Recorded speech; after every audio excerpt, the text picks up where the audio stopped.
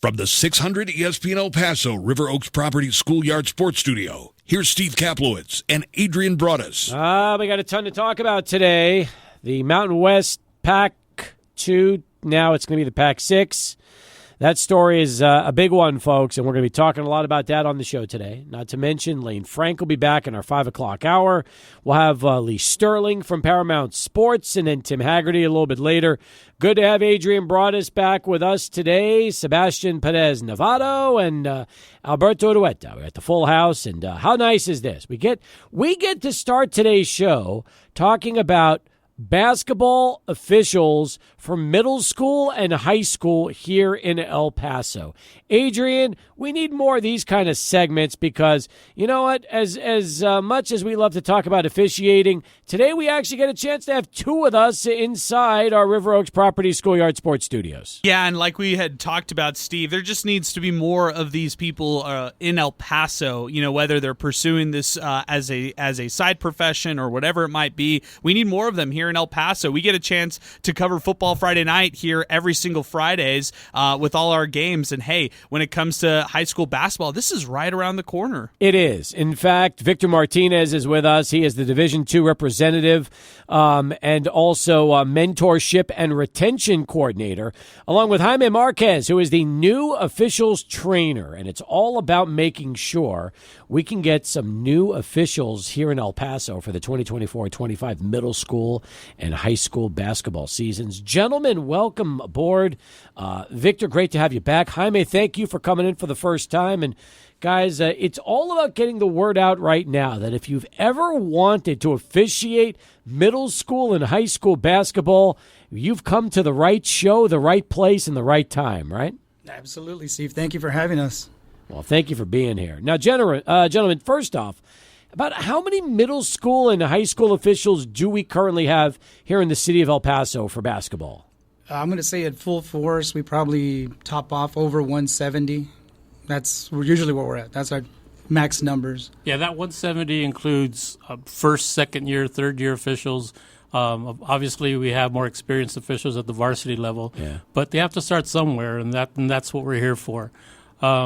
It's a great time, you know. It's great meeting these guys. I've met Jaime. Jaime was actually my trainer when he first started, so that's how old Jaime is. Really? Well, I didn't realize. I mean, I'm amazed Jaime can still walk since it's been that long. That's unbelievable. Jaime's a heck of an official. He's done several UIL state championships, so he's quite an experienced official. So it's great to have these first year and brand new officials getting training from one of the best. Now, question, guys. You said 170 current as officials what we have in El Paso.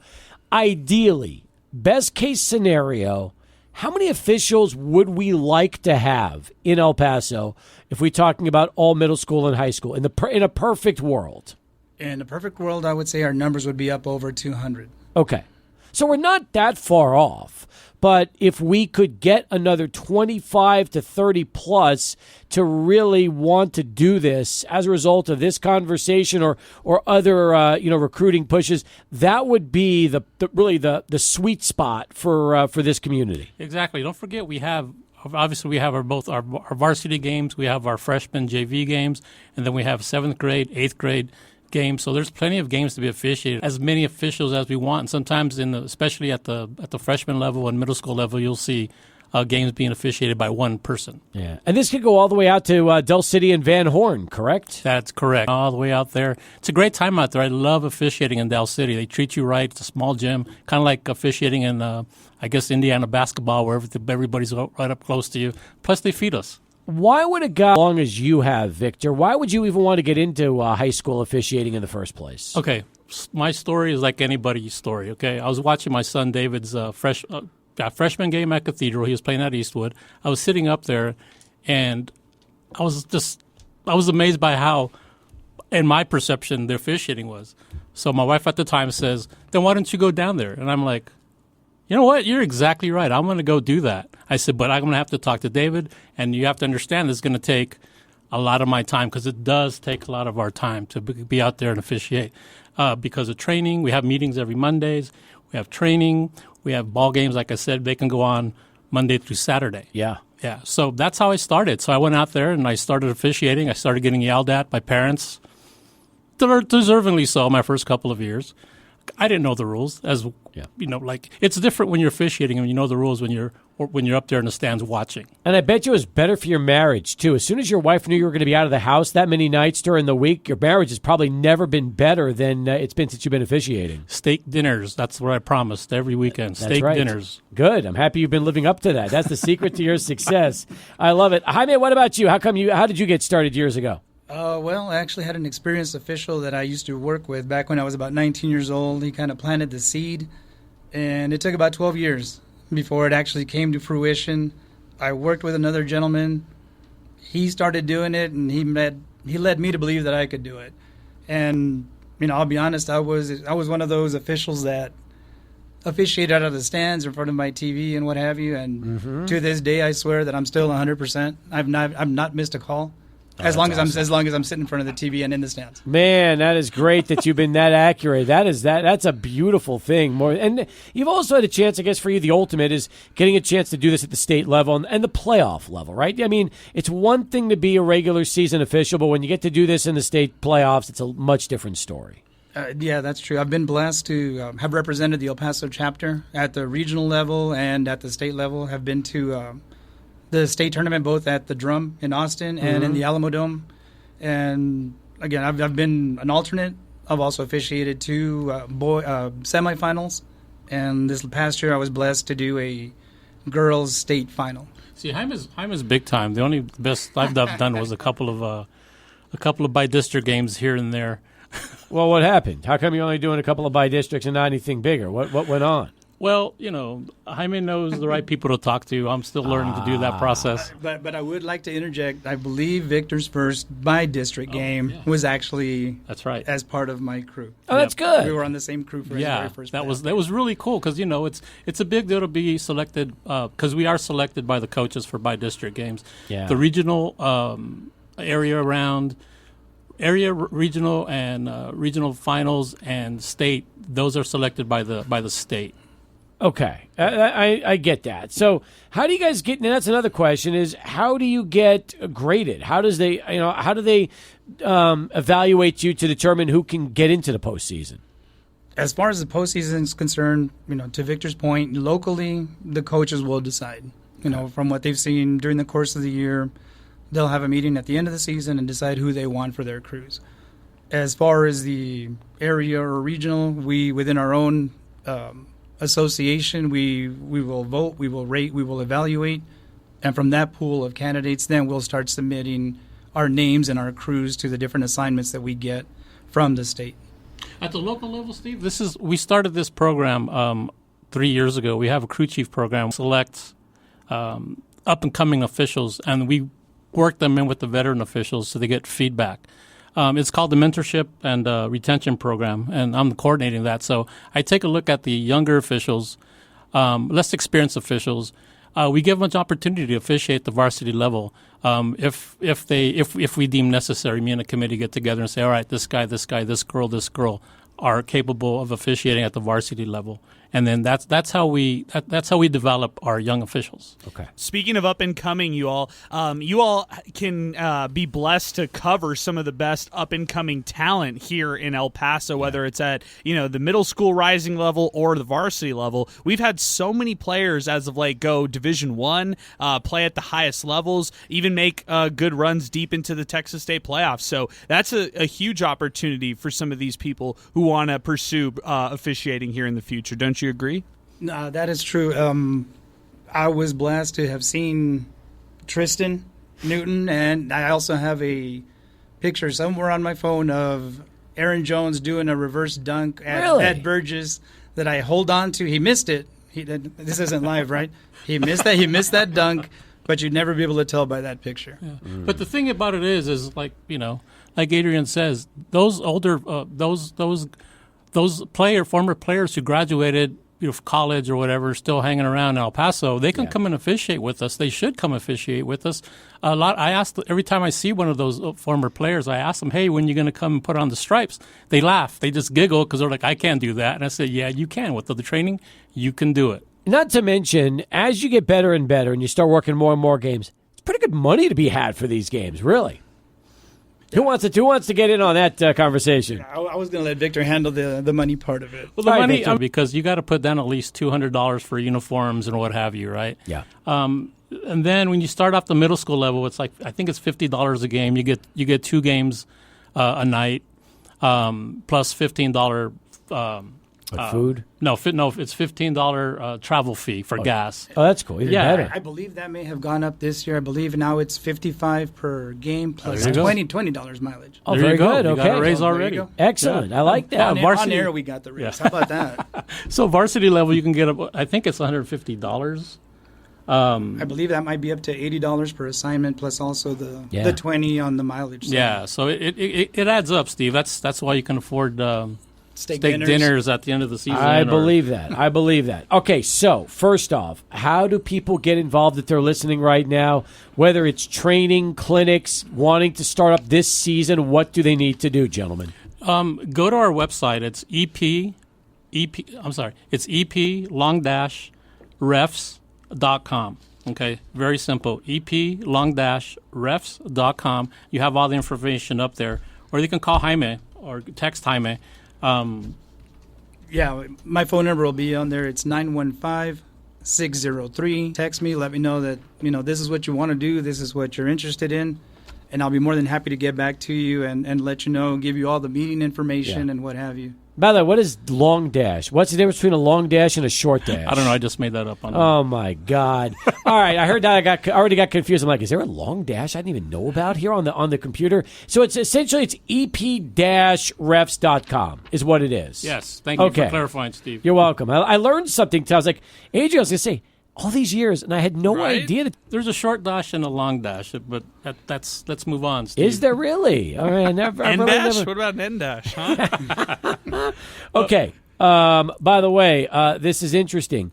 Edward Davis, longtime listener of the show from Capetto's, he wants to know if he can been harassing referees. How could Ed Davis become a ref? I thought he was already a ref. Well, he might think he's a ref, but now he can actually do the games. How great would it be if Ed Davis came full circle and he joined the referees? That would be great. And a lot of these sports TV, well, I don't want to say TV, but El Paso sports personalities who love to criticize the officiating at football and basketball games, come out. I mean, we have our second meeting's going to be this Monday at 7 o'clock at First Presbyterian Church, right off of Murchison in the small chapel. So anybody and everybody's willing to come out and just give it a try. It's really fun. Like I said earlier, it's great camaraderie, lifelong friends.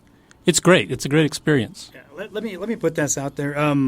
I take that as a personal challenge. Come on out and feel as passionate we do. Give me that opportunity. I dare you.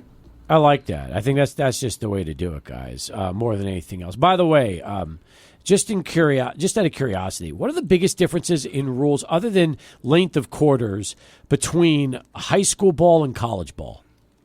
Well, the gap is actually narrowing. I don't know if you knew it or not, but this past season we did away with the 1-and-1 Okay. at the high school level. So now every quarter, once you get to 5 fouls, it's automatic 2 shots.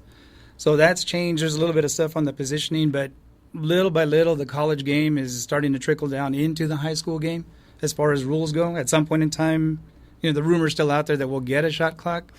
Don't know if we ever will. I don't. But he's probably the only thing keeping it from El Paso at this point in time. I'm sure. I am sure.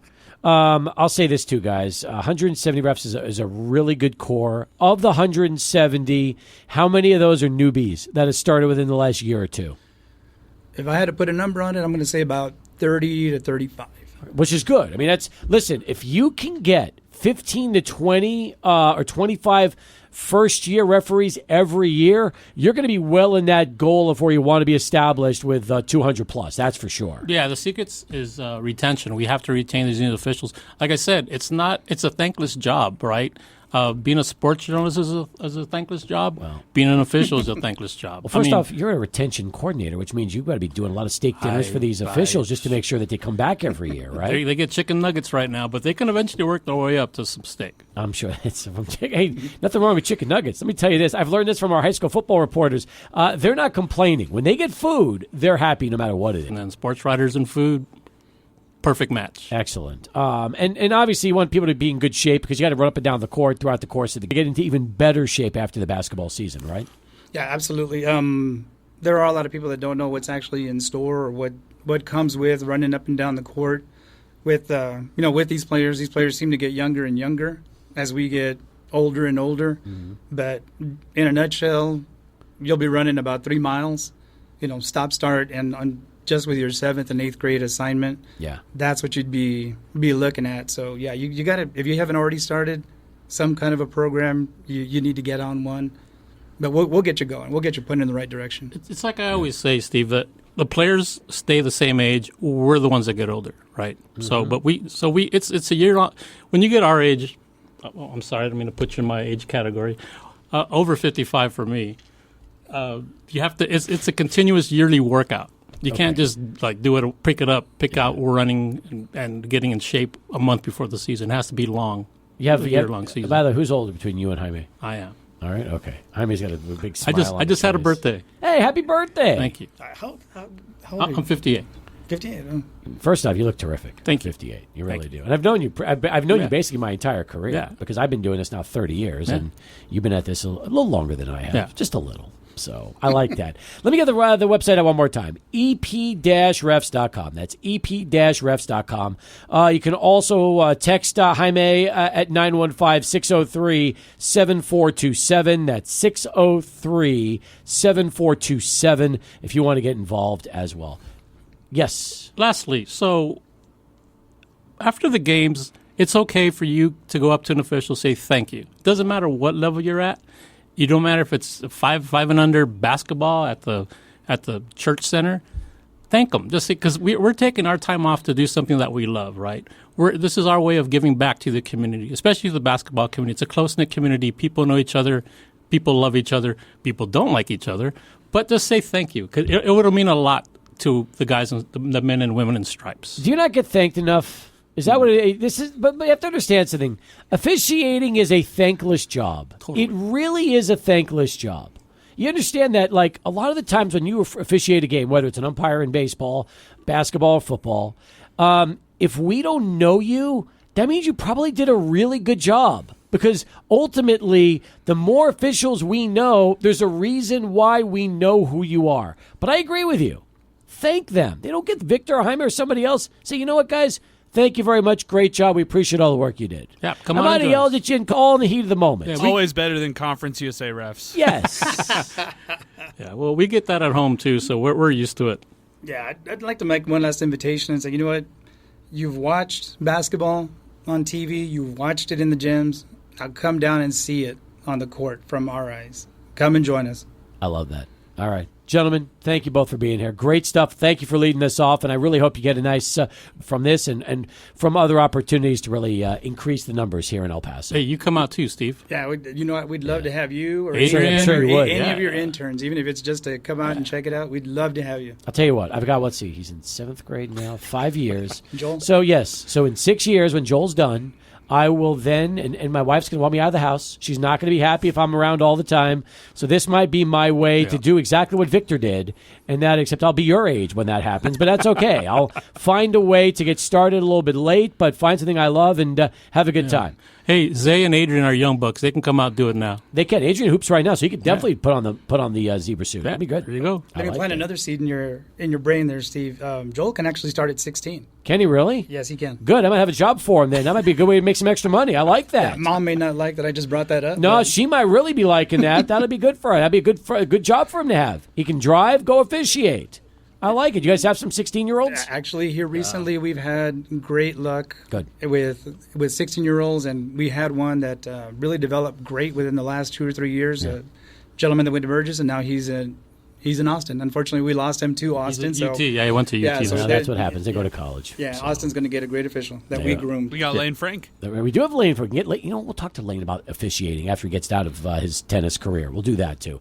All right, we'll come back more in a moment. Dan Wolken's going to join us next. We'll talk conference realignment with Dan from USA Today right after Charlie 1 and traffic.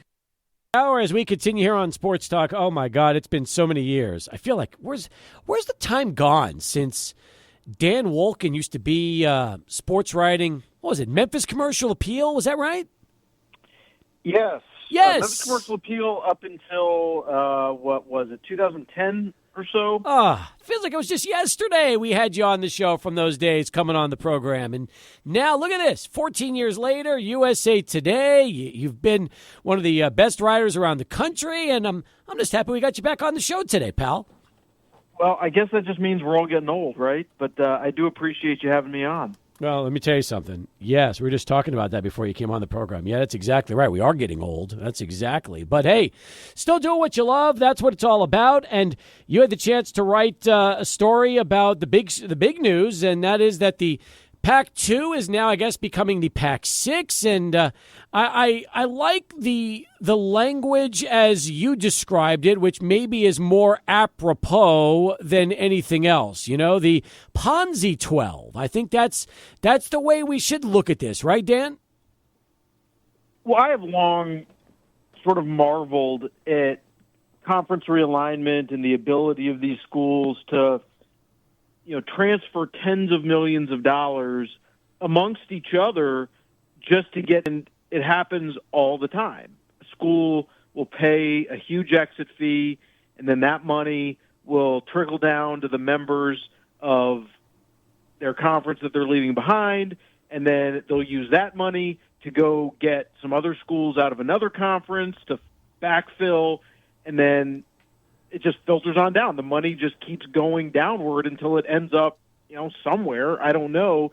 And all of this money is just basically being exchanged amongst all of these schools so that they can go somewhere to make more money. It's just bizarre. And I think it's extremely bizarre in this instance where you have, the Pac-2, Oregon State, Washington State. They're not the belle of the ball. Let's just be honest about it. Yep. Nobody really wanted them.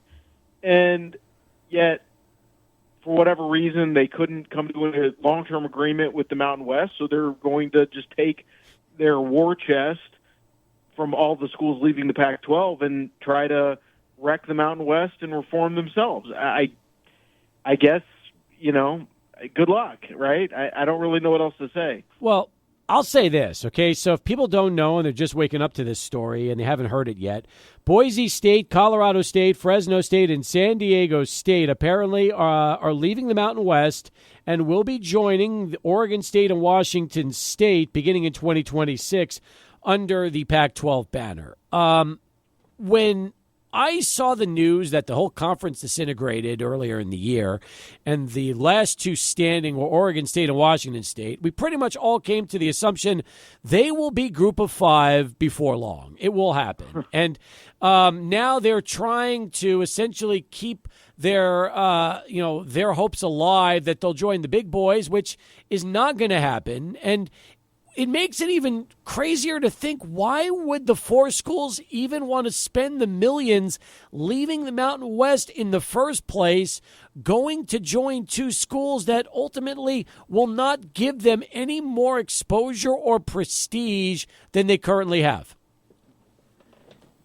Yeah, I can't really answer for them what the thinking is other than what's probably fairly obvious, which is you just kind of start over, right? You just get a clean slate, and you can leave behind what you consider the dead weight. I mean, remember back in 2010, which is kind of, to me, the first domino of modern conference realignment, when Nebraska went to the Big Ten, and that kind of kicked off everything.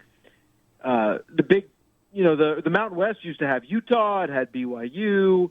It had a bunch of schools who were no longer there, and they, as a result of getting chipped away over many, many years, they had to bring in, San Jose State, and they had to bring in Fresno State and Utah State and a bunch of WAC schools, or what used to be the WAC, I guess, that they didn't really want.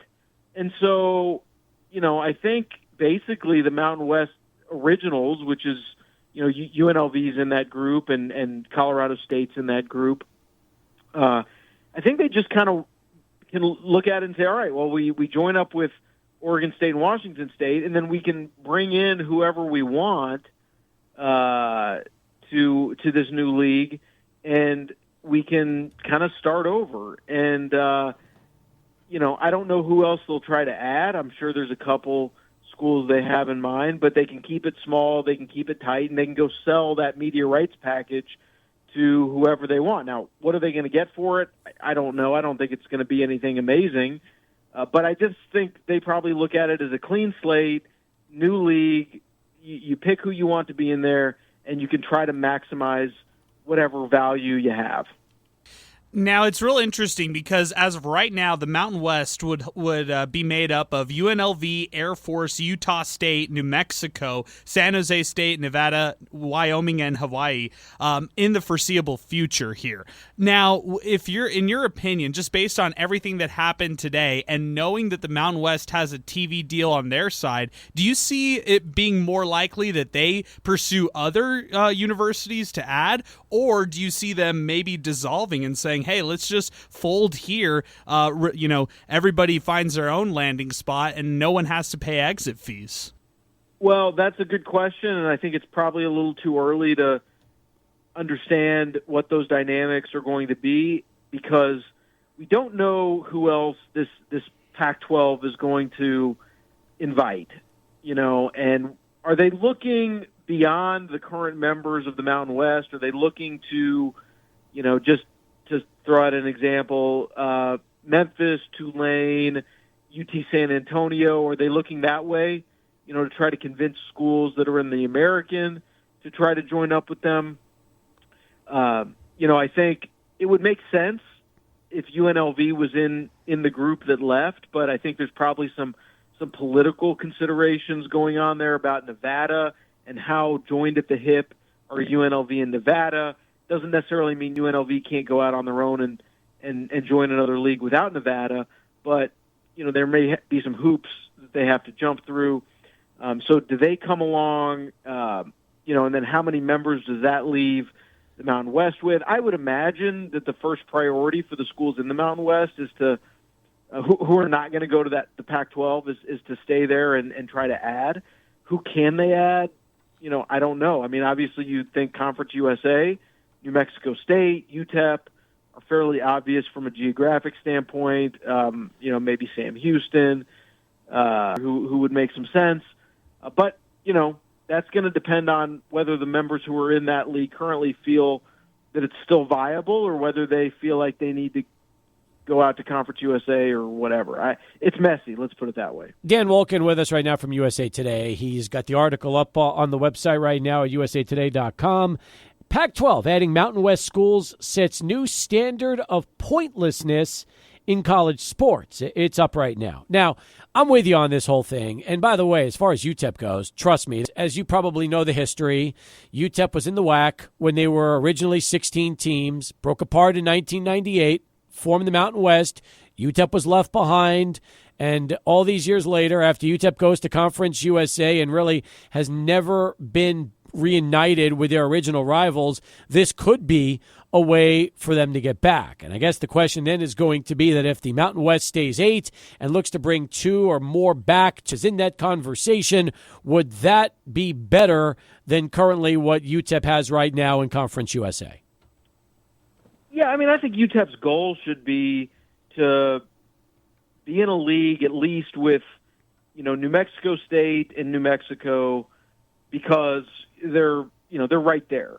And, whatever league that is, I think that should be the goal for UTEP. Now, I don't really know all the dynamics and don't really understand why they've sort of been lost in the shuffle of all this and why the Mountain West never added them to begin with. Like, to me, it would just make more sense, have made more sense years ago to have added UTEP as opposed to, say, San Jose State, just because I think UTEP has a better fan base. I just think there's more interest, all those things. But, that wasn't the thinking at the time. Maybe that's the thinking now. I mean, look, I think if the Mountain West is going to stay together and backfill, I mean, UTEP's got to be the first call along with New Mexico State. I mean, I think that's fairly obvious. Now, whether they feel like that's a better situation to go to than what they have now in Conference USA, that's for the leaders of the university to determine. I don't have that information. I don't have the data. But what I do know is all of this stuff just feels like sort of rearranging the deck chairs on the Titanic, in the sense that, you're just going between non-power conference to non-power conference. And that's all that the Mountain West schools leaving for the Pac-12 are doing too. The Pac-12 is not going to be a power conference. It's not going to get an automatic bid for its champion to the college football playoff. Like, that's just not going to happen. So, when you look at the cost-benefit analysis of all these moves, I just don't know what it really is. And for UTEP, I'd have to look at, what it would cost for them to get out, what kind of league they'd be going to. All of these things just feel like they're very much up in the air. Conference USA adopted a model where they kind of pioneered this, I should say, not adopted, but they brought in a lot of FCS football teams and FCS and moved them to FBS. I mean, it's been done with schools like Sam Houston, Jacksonville State. This year they brought on Kennesaw State. Next year it's going to be the likes of Missouri State and Delaware. So they've pioneered this model of bringing FCS schools. Could you suing a conference like the Big Sky, which has a lot of success in the FCS? Yeah, I mean, maybe there's a few schools out there, Tarleton State, North Dakota State. I don't really know who else is out there. But, the other side of that, to be honest with you, is I don't really think that, the big boys love the idea of FBS getting bigger because, when you talk about the Big Ten and the SEC, it's just like you invite more people into the mix in FBS. Does that, muck things up legislatively? Does it slow things down? Does it prevent them in any way from doing what they need to do to keep up with, the money side, the court cases that are going on with the NCAA? Like, I think there's more factors there than just, call up some FCS program and bring them up to the big leagues. Like, I think that's a little too simplistic, and I'm not sure that's even a great idea because the gap in FBS is only going to get bigger if you bring in more schools that have not been devoting the resources necessary to be an FBS program. I still wish that areas and just make it to where you got all the same schools within a couple of hour distance of each other, or at least an hour to 2 hour plane flight, instead of trying to fly all over the country trying to play each other. Yeah, that'd be great. But the problem of this is dictated by ego and like snobbiness. There's a sort of elitism among these university officials and administrators to kind of look at who they're associated with, and we're better than you. What are we doing in a conference with you guys? And so they end up pursuing these dreams and these conference alignments that don't really make a lot of sense, regionally or geographically.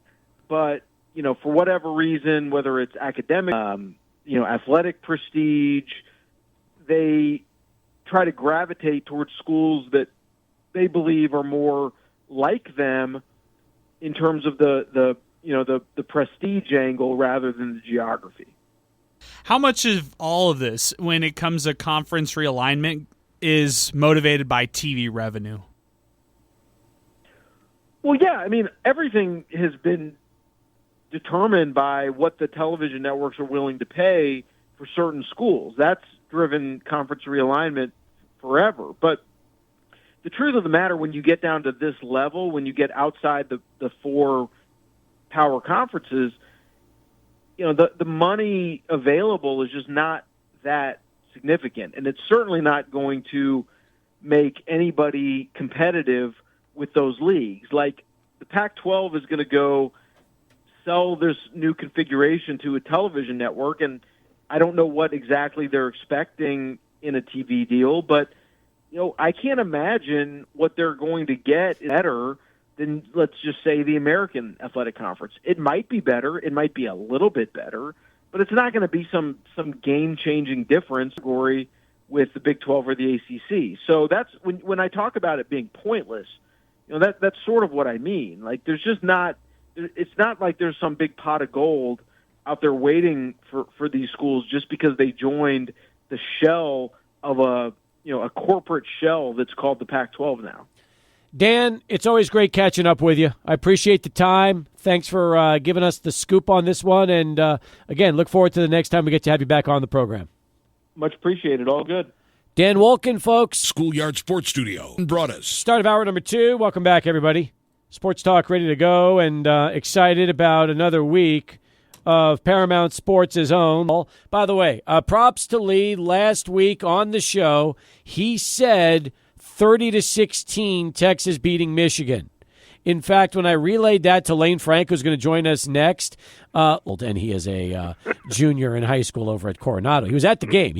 He flew to Ann Arbor to watch his beloved Michigan Wolverines, where he's going to be going to college, get thumped by the Texas Longhorns. Lands in El Paso. When he gets to town, UTEP is up 16-7 over Southern Utah. He goes to the game and watches the Miners blow it in the second half. So my message to Lane Frank is stay home. You went 0 for 2 last week when you were at these games, and I don't want to call Lane a jinx, although when I see him next segment I probably will.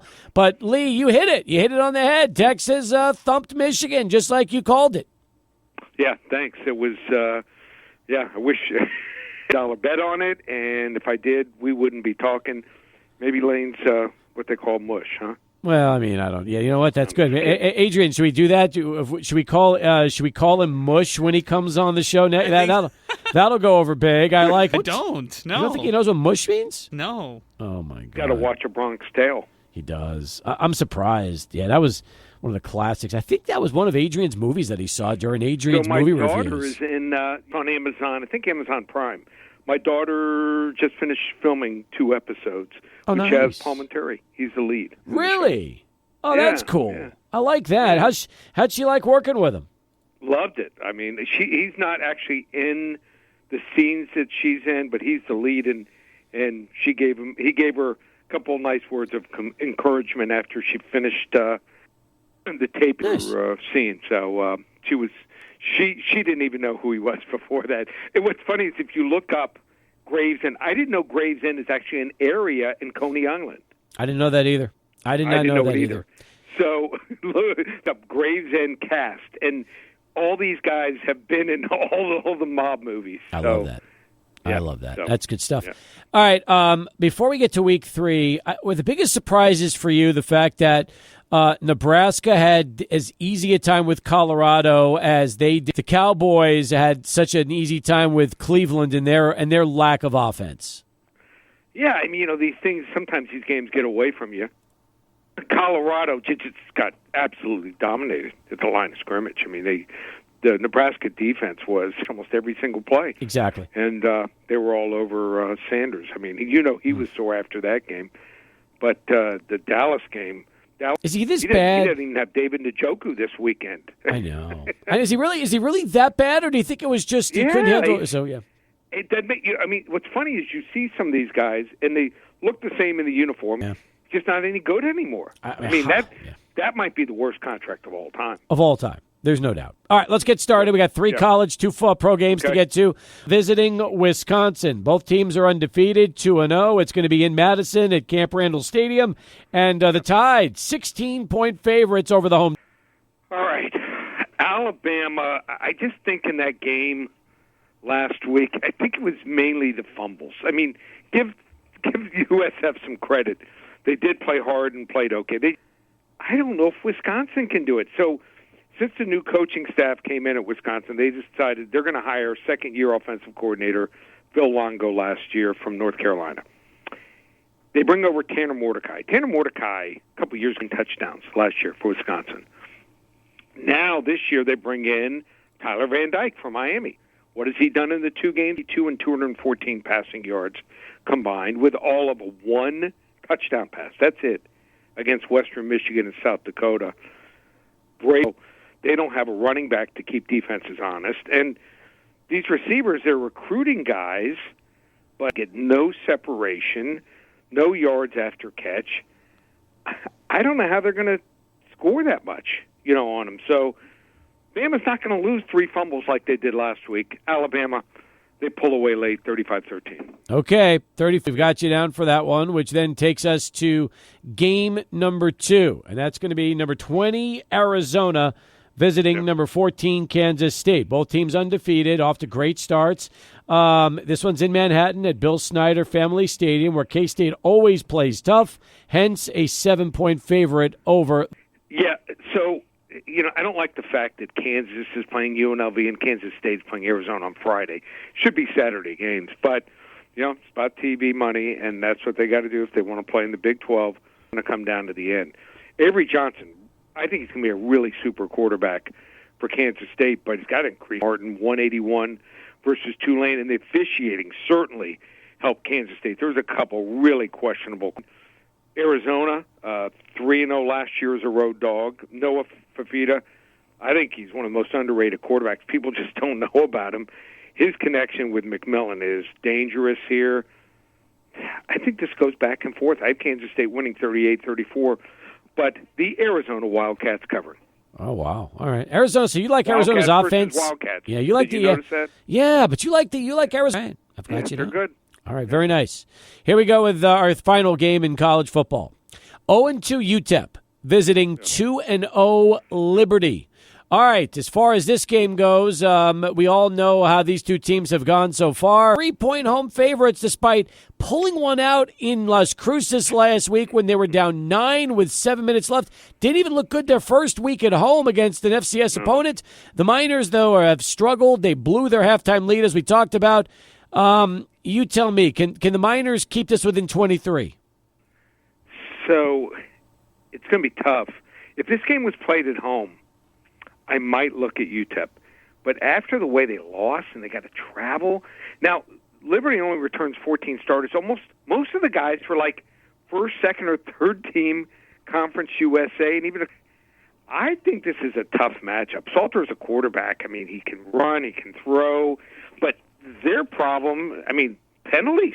I mean, against Campbell, they ended up getting 11 penalties, 100 against New Mexico State. It was almost a duplication, 11 for 122. So that's what's holding them back, not turnovers. They've only turned the ball over one time in 2 games here. I just think Salter just puts so much stress on defenses, running and throwing here. They have a really good running game also, 45-17. Okay, fair enough. 45-17 it is. That means they do cover the 23, which now gets us into the NFL. 2 games to talk about. We have the Texans and the Cowboys. Let's get to Chicago and Houston first. Both teams. Houston, my boss is actually going to this game. He is a Chicago native, a Chicago diehard. He wants to see the Bears go to 2-0, but Lee, they are 6.5-point dogs in Houston. So tell him if he wants to see my daughter sing the national anthem. My daughter will be singing November 24th. It's Minnesota. I will let him know that. Yes. Yeah, pass that on, Okay. and love to say hi to him. So I think Chicago is going to be really good. I just think it's going to take time. And Caleb Williams has targets galore, but there's just not the chemistry right now. He was just 14. Whereas C.J. Stroud is there. He's a top 5, top 6 quarterback right now in the NFL. And then what did they do in the offseason? They said, okay, we have some targets. We're going to get Stephon Diggs. And they added 3 starters on defense, 3 to already, some really good players, and Will Anderson Jr. rushing the quarterback, Derek Stingley at cornerback. They even added Joe Mixon. Joe Mixon looked great. Maybe there's the tires than I thought here. I think it'll be tight for maybe three quarters, but Houston, too many weapons here. 30-20. Okay. Texans over the Bears. That's about right. And that gets to our final game. That's the Dallas Cowboys. Impressive against Cleveland early on, taking on New Orleans, who also looked very impressive, especially Derek Carr with the 3 touchdown passes. Cowboys 6.5-point favorites over the Saints. Went down to the wire before he paid Dak Prescott and CD Lamb some big, big money here. So $60 million per year. I would think you need to be like Michael Jordan or someone like LeBron James to get that kind of money. I mean, there's some guys in the NBA that aren't even super and $80 million a year, $320. It's insane what they're getting paid now. Here's the problem for New Orleans. It looks like Marshawn Lattimore, their star cornerback, will probably not play. He has a hamstring injury. There's only like 4 or 5 guys in the NFL that can guard players of that stature like CeeDee Lamb. Almost unguardable. And the Saints quarterback, Derek Carr, looked great last week, but he's not as effective when he's pressured. And Micah Parsons is an elite pass rusher here. I give the Saints credit. They look good, but they come back to earth here. I'm going to go with Dallas here. I think they win this game something like 31-20. Okay. Got then to what you've got up at ParamountSports.com. Everybody loves underdogs, and you've got, as you've called it, the football shocker for underdogs happening this weekend. Not to mention your free play, that Thursday night game tonight with Miami and Buffalo. What a game. I mean, last year it came down to the last game, last couple minutes. And for Buffalo to sew up that division crown, if anyone wants to get this game for free, just be one of the first 5 callers.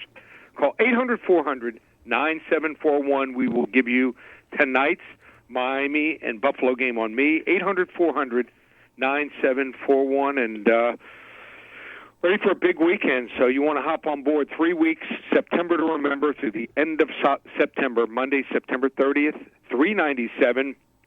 Also have a UFC card, really nice UFC card, 5 selections, $57. Just one place, ParamountSports.com. Good stuff as always, Lee. Talk to you again next week. Thanks for the time. Okay, thanks, Steve. Lee Sterling, folks, from Paramount Sports joining us. Next up, Lane Frank. He'll be stopping by the 600 ESPN El Paso River Oaks Properties Schoolyard Sports Studios right after Charlie One, who joins us for this traffic update. Do want to mention that Lee joined us on our Longhorn Distributing Hotline, where all of our guests always appear, the Longhorn Distributing Hotline. Charlie, how are we doing right now with traffic? Well, not too bad as far as crashes go in the El Paso Metroplex, but on the freeway and the roads, that's a different story. Alameda and Dodge, we have a crash working here. There'll be PD activity, wrecker activity, Alameda and Dodge, but a lot of congestion on the roadways, on the main thoroughfares. I'm talking about I-10 West, Geronimo. Let's make that airway down to the Spaghetti Bowl, I-10 westbound lanes stacked up right there. Also, I-10 east to Loop 3, about Loop 375, stacked up traffic right here on all lanes. CD lanes west and miss on the west side, stacked up. I-10 east to the Waters ramp. That traffic is stacked up going to Waters. Back up is to Cotton, though, on those eastbound lanes. US 54 south to the Waters ramp. That backup is to Montana on the US 54 southbound lanes. A lot of congestion backup going on right there. Leo's Restaurant, 7520 Remcon, 78 years in business. Famous tortilla soup, popular Mr. T specials, Tuesday through Sunday, 11 to 8. That's tonight. Don't forget the delicious papillas. Go Miners, Leo's Restaurant, 7520 Remcon, Charlie 1600, ESPN El Paso.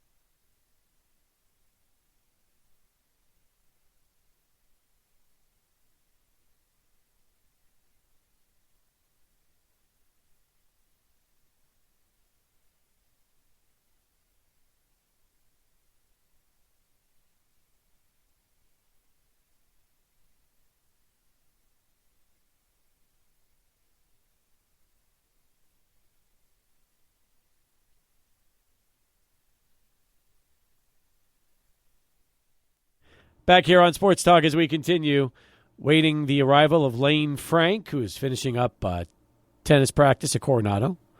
Then he'll be getting down here. Now, Adrian, I'm not sure if Lane has somebody lined up to pick against him this week, but if not, you will be going one-on-one with Lane. I think you've done it once over the first 2 years. We've done the NFL picks. And I'll be excited to see how you stack up going against Lane this week. Okay, we need to track this. This was a Schoolyard Sports podcast request. When we were talking about the segment and everything, we need to track it either and post this via graphic. So I got a little homework from our friend from Schoolyard Sports, and I think it'll make for a really cool running graphic that we could share on social media. How Lane stacks up against his opponents all season long. I like that idea a lot. I think that's fun, and I think that's what we should do as well. So, all right, good. Well, that we'll have that ready. Just in case we do get the two of you to go against each other and make that work. By the way, a lot of games this week in the NFL. My God, have you looked at all these? There's no buys yet, so everybody's playing. Okay, is this the week? Oh, no, it's not yet. Okay, I think it's next week, Steve, where there's like a million. It might be this week. It is this week. Okay, there's 10, I think, early games and only 3 afternoon games. What the heck, man? Let me see here. Don't make plans in the morning. Let me double check here. 1, 2, 3, 4, 5, 6, 7, 8, 9, 10. Yes, you're right. 10 early games. That's brutal. That's a rough schedule. That is a rough schedule. Okay, but the Rams play the afternoon games. They do. They're in one of the few. I mean, it's just Rams, Cardinals, Steelers, Broncos, and Bengals, Chiefs. That's it. Those are your afternoonies. My wife is going to love the fact that I'm going to be in front of a TV for 9 hours on Sunday. Oh, my God. You might as well tell her, don't even talk to me. Don't even bother. It's not worth it. I'm locked in, man. You're useless around the house from 11 o'clock in the morning till basically, 6 in the evening. Yeah, you're done. Scott Hansen doesn't have any commercials with Red Zone. Come on. We got to lock in. That's true. That is true. All right. Well, a lot of games to discuss when Lane arrives here. I also want to get his thoughts on what the big story of the day is involving the Pac-2 now becoming the Pac-6 and adding 4 schools from the Mountain West. Dan Wolken joined us last hour and essentially said it makes no sense to him. None. He calls it the most pointless move ever in college. And I understand why. Why would you spend so much money in buyouts if going to another league is not really going to improve your status whatsoever? Unless those 4 schools know something that nobody else does, it just doesn't seem as smart as it should. Yeah, and isn't it crazy also to see some of these teams, Steve, like Boise State, right, where once again it's a university who UTEP once competed against, who moved up not only to the Mountain West, but now to a Power 5, quote-unquote, school here, or a league over here in the Pac-12 or the Pac-8, whatever it is. You could also throw Fresno State in that conversation. You could throw San Diego State in there, too. For Colorado State, I mean, aside from having better resources and having some good facilities, they haven't done anything in football. So the argument of, like, hey, these schools are there for football only. The Rams haven't even had a winning season since 2017. So I just find it real interesting that all this is happening and that these schools were chosen. I mean, where was UNLV in this mix, right? You would think that they would want the Vegas market. You would think. It just has not happened yet. So that is but again, Dan brought up the point. Maybe they just don't value Nevada with everything that happens with Nevada from the legal standpoint. Maybe they don't want that in their conference. Who knows? Yeah, it could definitely be the case. I mean, it doesn't have to be just a West Coast conference. They could try to pursue more teams out of the Midwest, pursue teams out of the South like a UTSA or even a Memphis or a Tulane. So it should be interesting, like where the Mountain West goes, trying to add 2 more. Remember, the magic number is 8 in order to be a legit conference. And as it stands, as those 4 teams exit the Mountain West still has 8 teams on their side, so they're still good to go as well. Good point. All right, so again, that's a good storyline we could talk about as well as we approach the bottom of the hour here on Sports Talk. If you want to weigh in, 505-6009.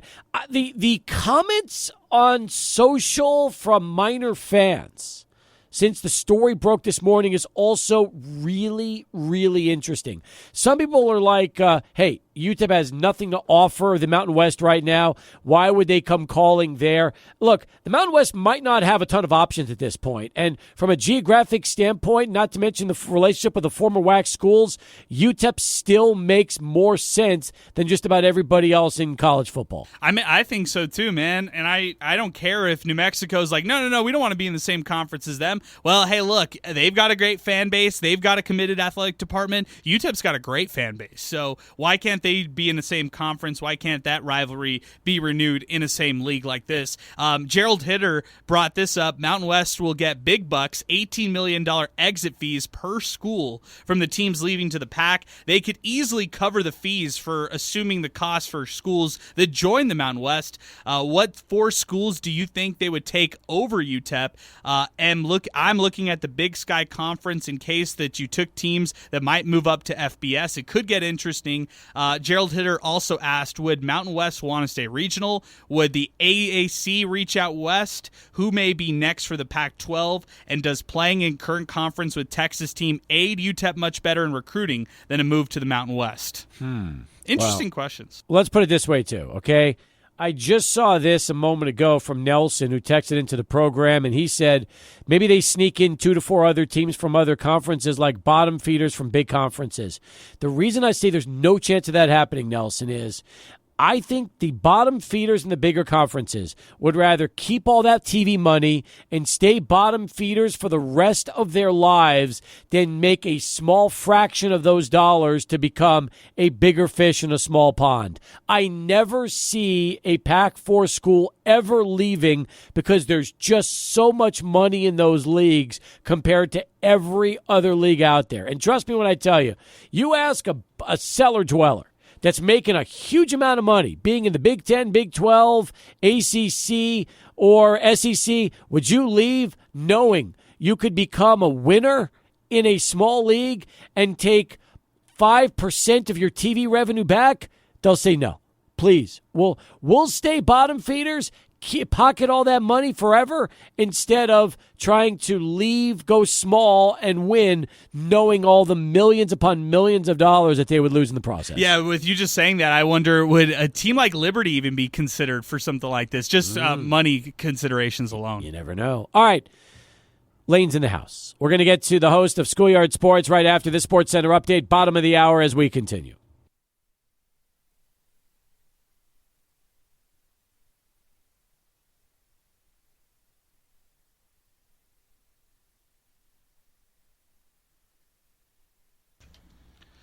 Thank you very much, Steve. Let's head over to the baseball scoreboard. Nationals lead the Marlins 3-0, top of the third. Yankees up 1-0 against the Red Sox, end of the first inning for that matchup. Rays up 1-0 against the Guardians, bottom of the first. This one also going on right now. From earlier today, Rockies defeated the Tigers 4-2. Cardinals beat out the Reds 6-1, and the Astros defeated the A's 6-3 when it was all said and done. From college football, going over to the scoreboard right now, Arizona State and Texas State about to get underway. ESPN will have it out in San Marcos. Great matchup of both teams who are 2-0 on the season. Also, Bills taking on the Dolphins, 6:15 kickoff. Amazon Prime will have it. This one coming up here in about 45 minutes from now. Let's go over to one other story. It's up on our website right now, 600ESPNElPaso.com. Is this the best opportunity for UTEP to enter the Mountain West? That is all up right now, 600ESPNElPaso.com. And that's a look at your Sports Center update here for 600 ESPN El Paso on SportsTalk. Let's send it back to the studio here in our Schoolyard Sports studios. All right, thank you very much. By the way, I want to thank River Oaks Properties for sponsoring our weekly visit with Lane Frank, along with our studio sponsorship here at 600 ESPN El Paso. River Oaks Properties, they have expanded all over El Paso with brand new shopping centers around town. They're opening new shopping centers all the time, all over El Paso, every part of town from far east all the way here to the west side and, of course, northeast El Paso as well. In fact, if you are interested in your business expanding into one of these shopping centers for River Oaks El Paso, you can contact them and guarantee this, they will be more than happy to discuss adding you to their portfolio at River Oaks Properties. Now, we've got Lane Frank back with us. He zoomed down here today. Good to see you. What a weekend it was for you. crazy, isn't it? You started off this past weekend in Ann Arbor. You called into the show. You called the experience one of the greatest experiences because you were right there with the Fox Sports crew, the game day crew. You were on the sidelines. You got to meet everybody. Charles Woodson, you were there. You saw the whole show. The atmosphere was electric. Unfortunately, there had to be a football game played that day. And it was, without a doubt, for you. Have you ever experienced a game like that in Michigan in your lifetime? Hang on one second. I got even the right mic. There you go. First things first, glad to be here. Thanks for having me on, guys. We could have kept the zooming down here off air, but, I'm glad to be here. Yeah, unfortunately, there had to be a game on Saturday, and unfortunately, Michigan got clobbered in that game. They did. It's the best way to put it. So, as far as, by the way, the atmosphere. I'm just curious about the atmosphere. You've been to Michigan, Ohio State in the Big House. You've been to other Michigan games over the course of your life. Was this just a little different because of the hype and the build-up with Texas coming to town? I mean, there's been bigger hype games like at Michigan, Ohio State last year, but I'd say it's the biggest game that was a 100%, or at least 95% Michigan crowd. Yeah. I went to Michigan, Ohio State last year. It's more of a 65-35, 75-25 split. It's always going to be like that because it's the biggest game for both teams. Both fan bases want to go. When I say that first drive of the game was the loudest I've ever heard the Big House, I mean it. It was so loud. Great drive by Michigan on defense. You get a few third downs, mess up on a few third downs, then Texas misses the field goal, and you can't hear yourself think. Mm-hmm. Then the offense does nothing. Defense gives up a touchdown. Things fall off the rails from there. If you're going to get creamed on your home field, would you rather creamed? Like, in other words, you're going to get stomped on, humiliated, embarrassed. Okay, serious question. Would you rather have that happen against Texas or Ohio State? This is the dumbest question. Obviously, I mean, no disrespect, but why wouldn't I want Texas, okay? They are a top 2 team. They're out of conference. They're not my biggest rival. If you lose to Ohio State, you're not winning the Big Ten. You're not being your biggest rival. You don't have bragging rights. You lose to Texas, you can still lose 2 in-conference games, 1 in-conference game, and still win the Big Ten because you're losing an out-of-conference game. That's true. That is true. But you have to understand, Texas and Michigan have history. They do. Some good ones over the years. So this was fun. I was excited about watching this game. Do you feel differently about Texas now after they just destroyed you? Your defense and your offense did nothing against them. Do you feel different about the Texas Longhorns right now? I felt the offense was very in sync. I didn't think it was so much like, okay, they're so physical. Yes, they did really well against our defensive line and really well against our offensive line. But I thought it was just too easy for Quinn Ewers going up against the best defense in the country. They knew how to call the right plays. They knew what they were doing. Hopefully that doesn't get exploited down the season because, this has happened in Texas a lot where they get these big chunk plays early on in the season. They get these big reverse plays, these big misdirection type plays that Sark loves. Yeah. Then they kind of go away a little bit in the middle of the season, as you know as a Texas fan. I just hope that doesn't happen this year because they look great on Saturday. Is it true that after the game you decided to commit to Duke on the spot? That's not true. I heard rumors. We talked at the game. Now I want to go Michigan. I heard rumors we talked at the UTEP game that you had actually gone ahead and made it known on your Schoolyard Sports Instagram channel that you were going to Duke, and that was enough of Michigan for you to see that, and you were not going to deal with that again. You and I literally talked at the UTEP game just a few hours after the Michigan game, and I said no. Okay. Let's talk about that for a second. You hustle on a flight. You get back to El Paso because you wanted to see... I had to see 2 college football games in one day. You fulfilled did. My goal. You did. And you arrive in El Paso, and you go to the Sun Bowl, and UTEP is up 16-7. They are in control. Everything is going right for the 6 or 17-6. What was the score? Was it 17-6? 17-6. And by the way, the press box loved Lane Frank. So I'm happy about that. Just for our listeners. That was fun. That was good. Get away from the Captain's Club for a little bit. And then as you arrived and got comfortable, the lead evaporated. UTEP. Oh, so I'm the curse. That's my point. That is my point. Do you feel a little bit guilty that you went ahead and in 2 games, both teams you went to go see lost? And in UTEP's case, they blew their lead the minute you arrived, and that was when the momentum changed. Do you feel that there could be a connection between you and these games that did not go well? No, I'm not the one playing kicker named Buzz Flaviano. So no, not my fault. Okay. Just curious, because before you arrived in the Sun Bowl, Miners had put up 17 points. Things were Against working. who? Southern they Utah? They were clicking. They should have won. were clicking. They should have won. By the way, let's be honest. I thought Okay. Skylar Locklear was very impressive. You liked him. I thought the offense had really good concepts, concepts of a plan that could go big. How'd you like the crowd? It was a great crowd. It just died off towards the end. There was Yeah. no crowd in overtime in the fourth quarter, including me leaving. People were leaving. Including me. And by the way, let's be honest. Should a football crowd leave in a game like that when you feel like when your team still has a chance to win? Okay, if I was like a Michigan game and the score was like that, I'd feel so intense. I'd feel like it's such a great game. For UTEP the other night, unfortunately, it felt like this is so boring. It just felt like that. I hope that Scotty Walden can, really turn around this program, really get a crowd like that again, because that's such a great crowd, and I'm so glad the fans showed out for him. And I know he's thinking every second now, I wish we won that game so we can keep up this crowd, because now that they lost that game, you're going to lose probably again this week to Liberty. Then what happens to that crowd? That's what I'm worried about, because he deserves a big crowd. I don't know if he'll get it again this season. By the way, you said something really interesting. The game was boring. Why did it feel boring to you?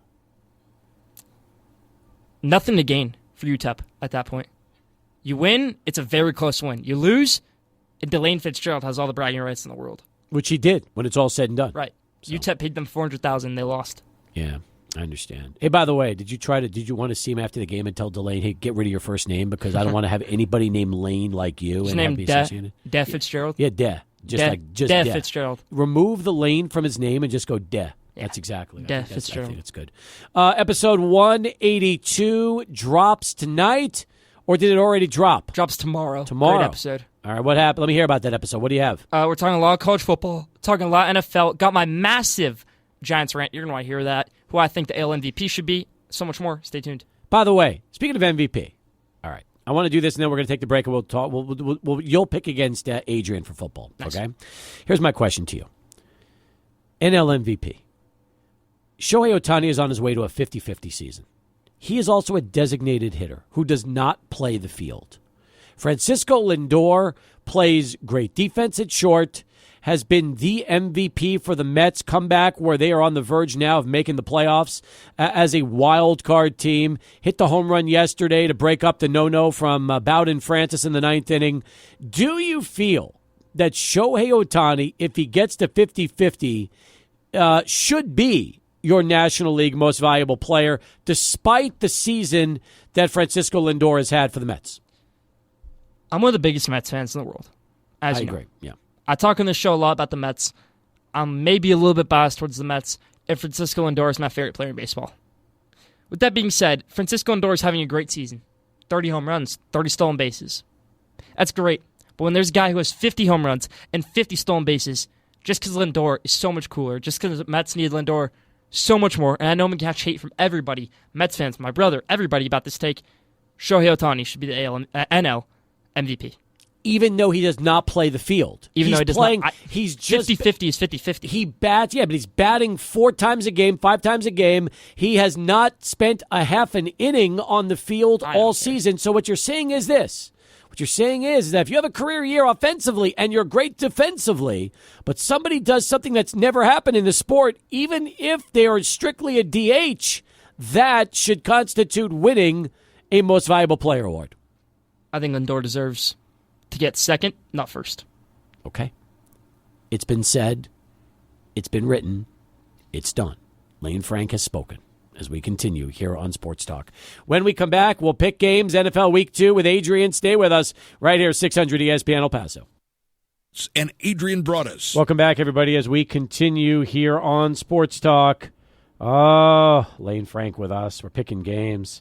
By the way, Executive Director Dr. Dolores Gross from El Paso Community College will join us in a little bit for their big El Paso Community College Foundation event, fajitas and margaritas for scholarships. It's going to be happening a week from tomorrow, September the 20th, and we'll talk to Dr. Gross about that. But Lane is back with us. He's picking games against Adrian Broadus for the 3rd year in a row. But this one's interesting. They've got a lunch bet on this one. So lunch is on the line. And he can drive to lunch. He can drive to lunch. That is very true. So are we doing this like during the school day, like 55 minutes, or are we doing this on like a weekend? What would you rather have? I have a half day next week. We could work it through there. There you go. Easy enough. I think that's perfect. I want to get in on this lunch bet, so I might be picking against you soon, too, because there would be nothing that would make me happier than to have you buy me lunch after I outpick you in football games. Moderating and picking? Say that again? Oh, yeah, I'll do that. It's fine. Sounds a little familiar, yeah. Oh, really? I might. Hey, last time we did this, who ended up winning? You or me? Remember? I think I did. No, I think you're wrong. I think your memory is about as bad as it was when you were traveling to Michigan last week. I have a great memory. Yeah, I do have a very good memory. I remember everything, so that's all right. But hey, look, let's get started. Giants Commanders continuing our 11 a.m. games. The Giants. It's interesting to know when your team is probably going to be picking first after the first week of the season. That could be the case. Daniel Jones looked awful. The Giants' offense was miserable, and they're going to try to turn it around in Landover against an 0-1 Commanders team that at least showed some signs of life with rookie quarterback Jaden Daniels, who had 2 touchdowns rushing.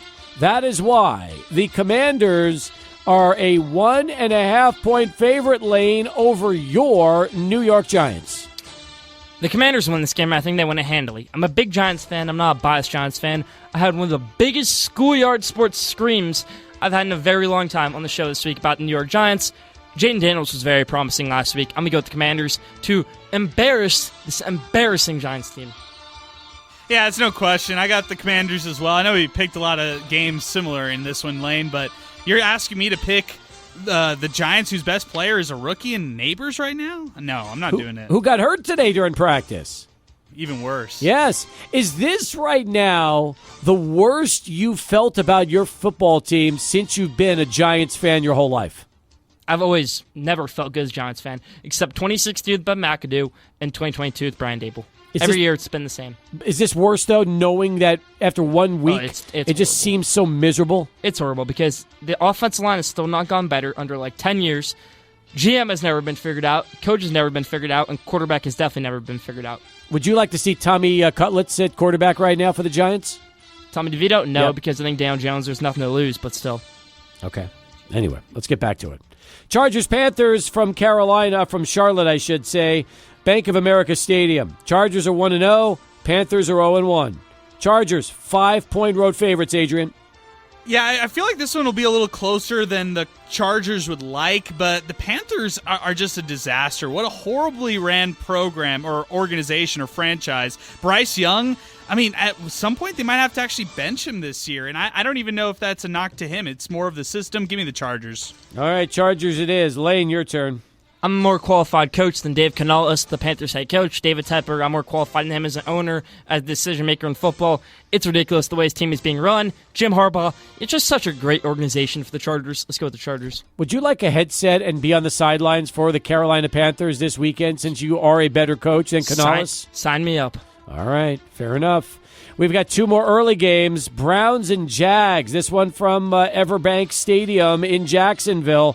Browns are 0-1. They look bad against the Cowboys. Jags are 0-1. They lost a tight one. Jacksonville, Lane, 3-point favorites. So Deshaun Watson, Trevor Lawrence are 2 of the most disappointing quarterbacks in the NFL. Deshaun Watson at one point in time was considered, the MJ of football. Really exciting to watch. Great player. He's going to win championships in his career. And Trevor Lawrence was supposed to be the next Peyton Manning. Neither of those guys have lived up to the expectations, but I'm going to go Jacksonville at home. Good win right here.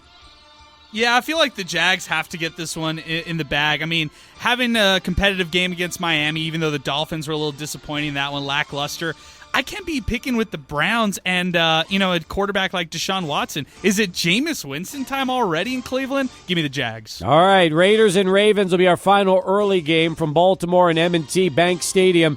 Ravens are 0-1, Raiders are 0-1. Something's got to change here, Adrian, with Baltimore 9-point home favorites. Yeah, no question about it. I got Baltimore in this one. Should have won last week. They'll win this week. Isaiah Likely is improving, and a lot of people have him on their radars. They should. I think the Ravens probably had their worst game that they're going to have all season last Thursday night, and it wasn't even a bad game. They were pretty much a shoe size away from winning that game. Isaiah Likely, foot on the line. I'm going to go with the Ravens this one over the Raiders. Big. 3 late games, starting with Glendale, State Farm Stadium, 0-1 Arizona, hosting the 0-1 Rams. Cards, 1-point favorites. I think the Rams can be a really good team this year. Start out on 1. Sean McVay always has the Cardinals' number, always has Kyler Murray's number. It's going to help that he doesn't have Aaron Donald chasing him around. But here's a hot take. Marvin Harrison Jr. disappoints again. There's a reason why Marvin Harrison Jr. didn't play his freshman year of college. He needed a year to learn. He needs a year to learn the NFL. He's not going to get a year on the bench, but still, he's not going to play well this year.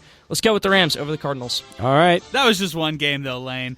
It's a 9-game. It's a 9-game win streak. There's a reason why he didn't play his freshman year of college. Okay, but there's a 9-game win streak that the Rams have against the Cardinals. Something's got to give. Jonathan Gannon finally gets one against my Los Angeles Rams. I agree with you. I think the Rams are going to be solid. I don't think there's 6 teams in the NFC better than them. They're a playoff team for sure. But Arizona wins this one. Finally gets over this losing streak. Aren't you a Rams fan? Yes, huge one. Aren't you a Giants fan? Okay, well, I have a reason to hate them. All right. Steelers and Broncos are next. Broncos are 0-1. Steelers are 1-0. Games at Empower Field and Mile High in Denver.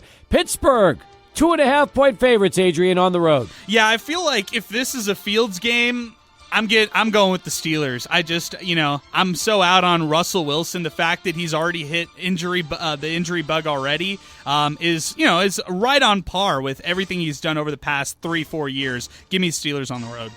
I think at this point, play Fields until it doesn't work. You have one of the best defense in the NFL going up against a rookie quarterback. You don't want a guy who's going to make so many mistakes, especially an injured guy like Russell Wilson, where Sean Payton, wants to go after him on every single play.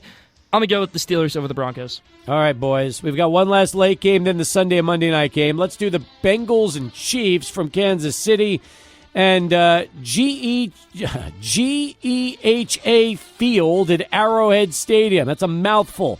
Chiefs are 1-0. Bengals are 0-1. KC 5.5-point favorites. So earlier in the season, or right before the season, I said the Bengals would have a down year. Joe Burrow would fall into that trap like every other Bengals quarterback of, being mid. Andy Dalton, Carson Palmer. I don't think Joe Burrow can be mid. I just think he's not going to accomplish so much in his time in Cincinnati. He has a big contract there. I don't know how it's going to work out. They still have issues with Jamar Chase. Chiefs could have a great season this year. Could go 17-0 over the Bengals. 17-0. I love it already. Xavier Worthy is already my favorite rookie wide receiver. We talked about Marvin Harrison Jr. just recently. Give me Kansas City, the Chiefs. I'm just not buying in on this Bengals team. They might be the last place team in that AFC North. Sunday night game. Our boss, Brad Dubois, will be there along with Buzz Adams. God help us all. Bears trying to be 2-0 against the Texans, Adrian. Houston, 6.5-point home favorites for Sunday Night Football. Sorry, Brad Dubois. He's going to be on his way back home. A little bummed because the Texans roll over the Bears. No problem at all. C.J. Stroud looked exceptional last week. I've got the Texans big. Lane. Yeah, again, sorry to Brad DeBoe. Talked to him a little bit at the UTEP game the other night. Let's go with Texans. I want to see a breakout game from Caleb Williams. That's what we saw last year from C.J. Stroud. His second game was a great breakout game in his great rookie season. I want to see that this year from Caleb Williams. Don't know if it'll happen. C.J. Stroud is on a mission to win MVP and bring this team to the playoffs in a Super Bowl. So, Texans over the Bears. All right, that takes us to the Monday night game. That's going to be the Falcons and Eagles, our final game from Philly's Lincoln Financial Field. Falcons are 0-1, Eagles are 1-0. Philadelphia Lane, 6.5-point favorites. Not much has changed for these both these teams. Eagles got a much-deserved win last week on the road. Big rest week for them. Let's go with the Eagles over the Falcons. All right, Adrian. I'm so out on Atlanta right now, guys, that I'm ready to start banging the Michael Penix Jr. train right now. I need to see him in the mix. I'm already done with Kirk Cousins. It's already after week 1, so give me the Eagles. All right, listen, you've each picked the same games -4. There's 4 games you've differed on. There is a chance we could have a tie. We need a tiebreaker for total points. Which game would the two of you like to use as your total point tiebreaker? Should we do tonight's? I was saying we have a better option for a tiebreaker. What's that? We have a better option for a tiebreaker. What's that? Maybe a college football game? Well, what if you guys both pick the same game? Then what? Then you're still tied. True. Okay, let's do total points. For tonight's Buffalo-Dolphins game? Let's do it. All right, let's hear it. Start off with you, Lane. What do you think? Over-under's 48.5 for the Bills and the Dolphins. 25-20 Bills. That would be 45 for Good math. Lane. Thank you very much. I'm a Coronado grad, just like you will be. What about you, Adrian? What do you think? Give me 52 as the total points. 27-25. Now my math is terrible, guys, so I can't do that. But 52, whatever. 27-25 is 52. Okay, great. Good job. Goodness. I took algebra in college. Strange score. I haven't heard that one before, but we'll go with that. All right. Origami. Very nice. Scorigami is correct. Episode 182. Tell us about it before we wrap up the segment. Episode 182, talking NFL. You can see my picks in the NFL, maybe different from the ones I have here. College football, giving you my top 25, giving you my hot takes of the week. 7 bonus ones this week.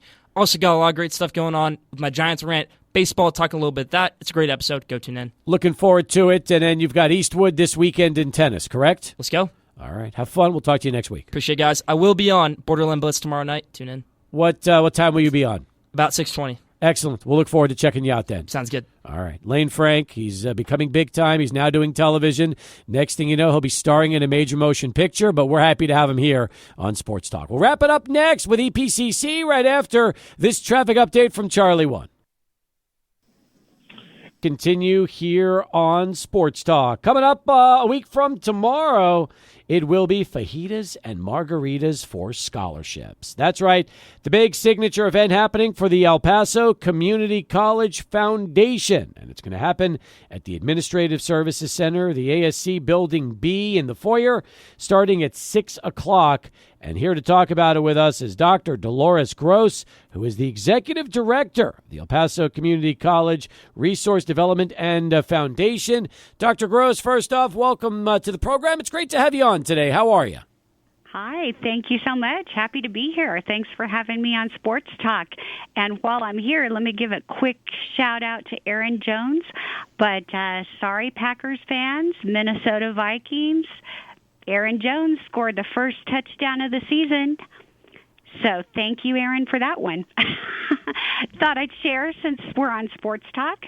I want to know, are you originally from Minnesota? Is that where the... Born and raised in El Paso, but gotta love those Vikings. It's going to be a great season. Well, let's put it this way, Dr. Gross. No doubt about it. They are off to a flying start in Minnesota, and in Green Bay, they lost their quarterback, and their backup running back is out for the season. So you're right. Things looking promising for Aaron and the Minnesota Vikings. Meanwhile, things are looking promising for EPCC because the Fajitas and Margaritas for Scholarship event is going to be a big one. And anytime I know the EPCC culinary arts students are going to be involved, I'm sure that in itself will make it a must-see event. It is, absolutely. And 100% proceeds of this event go to student scholarships for El Paso Community College students. It is the event of the season. There's really nothing else like it in El Paso. And let me tell you, our EPCC faculty chefs and their students really bring it. But it's a cook-off. And so there are 4 types of very special fajitas paired with very unique margarita creations. They do a street food side dish at each serving station and some agua frescas as well for those that don't want the adult beverages.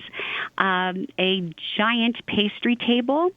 We have some super top shelf adult beverages on the silent auction, as well as other gifts, artwork, really some very special treasures that people can get for a great value, and all 100% for scholarships. But it is a lot of fun. Live music by EPCC faculty and students. And it's going to be a heck of a party, a great fall fiesta, and all for student scholarships. And this is a way to help local students succeed in college without incurring debt, or help them persist, because we know a lot of times getting an education, a higher education especially, can be expensive. It's certainly worth the investment of time and resources, but our local students need some help. And so this is an opportunity for the community to come out, see El Paso Community College in action and the talents of our EPCC culinary arts students. It's really an extraordinary evening out. And you can't get food like this in any restaurant in our region. I'd venture to say in the state. It really is quite a party and some very exceptional food. No doubt about it. Dr. Dolores Gross with us here on Sports Talk as we continue. Considering years ago my wife worked for the culinary school at APCC, and I know all of what that was like from the year she spent there with Dr. Webb and his great team with Chef Guetta and Chef Lugo. Know all about what EPCC's culinary school is like, Dr. Gross. And I'm wondering, is this really one of the big fundraiser of the year? How many major fundraisers do you have for EPCC's Foundation for Scholarships? We do several. This is by far our biggest of the year. We also participate in El Paso Giving Day, which is coming up in October, and that's more of an online giving campaign. But this event is really an opportunity for our community to come to the college, to see the beautiful facilities that we have at El Paso Community College. I think that our culinary kitchens are unrivaled, certainly in this region and probably in the state as well. Just beautiful facilities for students to receive a high-quality, top-notch training. And our chefs, as you said, they've got some serious skills. So they are cooking up some amazing food for the evening. And it's a lot of fun, a lot of mingling, a lot of visiting. It's an opportunity for people to get up, move around, visit with friends and colleagues, do a little shopping, listen to the live music, and taste. But it's open food, open bars. And we want people to come out and really see what EPCC has to offer at our culinary arts program. And our faculty chefs are, for example, work with the students to prepare everything from scratch. It's all fresh. And they also do a huge fresh pastry table. So the students create all sorts of delicious Mexican pastries to go with the meal, and so not to be missed. It is really an opportunity, but again, the most significant part of this event is that every dollar raised goes directly to student scholarships thanks to our sponsors like LNF Distributors, Marathon Petroleum, El Paso Electric, Jordan Foster Construction, Texas Gas Service, and many more. So we have 27 companies that have really shown some leadership in El Paso and stepped up to help make this event happen. And because of that, all our guests, everything that they might spend for their ticket purchase, or if they buy a silent auction item, is 100% for scholarships. And that goes a long way to helping local students get a good education affordably and hopefully get those certificates or degrees from El Paso Community College. Hundreds of students every year then transfer on to UTEP, to New Mexico State, our higher education partners in our region. And so we want to really work to educate El Paso. And so anyone who desires a higher education has that opportunity because EPCC really is all about access, affordability, and opportunity, and high quality. Dr. Gross, what's the easiest way for people listening to plan to attend the event next Friday if they would like to purchase a ticket or would like to just donate to support student scholarships? Sure, very easy. Online, they can go to go.epcc.edu/FM tickets. That's go.epcc.edu/FM tickets. They can also make a donation there if they're unable to attend. We sure hope they do attend because there's really, I think they'll have a lot of fun and they'll get to see El Paso Community College students and faculty in action. But if they can't attend, a donation helps because we know students have a variety of needs, anything from tuition, books, technology. Sometimes it's to purchase their parking permit. Sometimes it is other instructional materials. Sometimes it's scrubs for our health occupation students, their stethoscope, our dental assisting students. They need to purchase their dental tools, dental hygiene, same thing. And that evening, we will, by the way, have some celebrity guest judges. So that's going to be an exciting part. It's audience vote, but this year we're having Emiliano Marentes from LME Restaurant. Oh, very good. Jenny Solo from To Do El Paso, and Amber Nevadas from Carbs and Cabernet. So they will be weighing in for 50% of the vote. But it's a cook-off and a margarita shake-off and a prize for the team that has the best decorated serving station. So really it's an opportunity for EPCC students to get some experience working at a large event, preparing the food, serving to the guests. And the winners, it's a really cool thing to put on their resumes because they will have competed and won in a cook-off environment. Dr. Gross, you've been great. We're out of time, but I appreciate you coming on and giving us the lowdown, and looking forward to a huge turnout next Friday. Thanks so much for having me on. She's Dr. Dolores Gross, folks, from the EPCC Foundation. Tim Haggerty, Chihuahuas Baseball coming up next right here, 600 ESPN El Paso.